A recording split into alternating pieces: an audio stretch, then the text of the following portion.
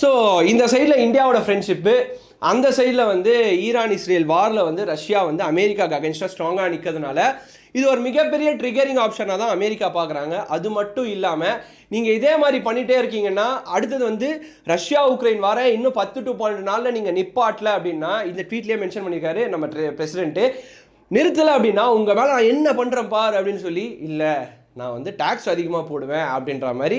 யார் மேலே? இவர் ரஷ்யா மேலே டேக்ஸ் போட்டாலும் சரி, இல்லை வந்து உக்ரைன் மேலே டேக்ஸ் போட்டாலும் சரி, இல்லை இஸ்ரேல் மேலே டேக்ஸ் போட்டாலும் சரி, பெருசாலாம் ஒன்றும், அதாவது அப்படியே கழுத்தை நெரிக்கிற அளவுக்கு எந்த பிரச்சனையும் வரப்போகிறது இல்லை. பட் ஆனால் இவர் இந்த டேக்ஸ் அப்படின்ற ஒரு விஷயத்தை வச்சு சீன் போகிறதுனால இம்பேக்ட் ஆகிறது வந்து ஒன் ஆஃப் த கண்ட்ரி நம்ம இந்தியா. ஸோ இந்தியாவை அடித்தா ரஷ்யா வந்து நகரம், ரஷ்யா ஸ்டாப் பண்ணும் அப்படின்ற ஒரு குருட்டுத்தனமான நம்பிக்கையில் தான் ட்ரம்ப் இருக்கார். ஸோ இந்த particular move from Putin and American president Donald Trump, அது மட்டும் இல்லாமல் இந்தியா கூட ஃப்ரெண்ட்ஷிப் வச்சுக்காதீங்க அப்படின்ற மூவ், இதை பற்றிலாம் நீங்கள் என்ன நினைக்கிறீங்க? இல்லை ஃப்யூச்சரில் அமெரிக்கா சொல்கிறது வந்து எல்லா இடத்துலையும் கேட்பாங்களா? இல்லை வந்து இந்தியா வந்து தனியாக ஒரு ஸ்டாண்ட் எடுத்து, இல்லைங்க இதெல்லாம் அந்த காலம், நான் இப்போ தனியாக நின்று என்ன வேணாலும் சாதிப்பேன் அப்படின்னு நிற்கணுமா?